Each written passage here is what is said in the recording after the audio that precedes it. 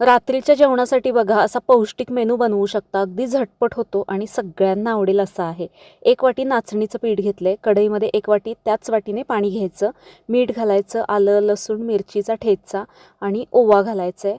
हे चांगलं उकळलं की यामध्ये 1 वाटी नाचणीचं पीठ घालायचं, मिक्स करून घ्यायचं आणि फक्त 2 मिनिटे लो हीटवरती झाकण ठेवून याला वाफ काढून घ्यायचे. नंतर हे एका भांड्यात काढायचं. हाताला सोसेल असं झाल्यानंतर चांगलं मऊसूत असं मळून घ्यायचं. हाताला गरम वाटत असेल तर हाताला थोडासा थंड पाण्याचा ओला हात करून तुम्ही हे मळून घेऊ शकता. फक्त चांगलं मळून घ्यायचं आहे मऊ.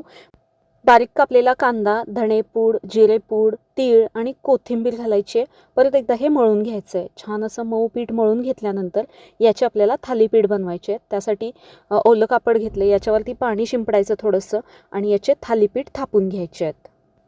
जमेल तेवढं एकदम पातळ असं हे आपल्याला थालीपीठ थापून घ्यायचं आहे. सुरुवातीला तळहाताने थापलं म्हणजे ते व्यवस्थित पसरलं जातं. नंतर बोटांनी पाहिजे तेवढं पातळ बनवून घ्यायचं.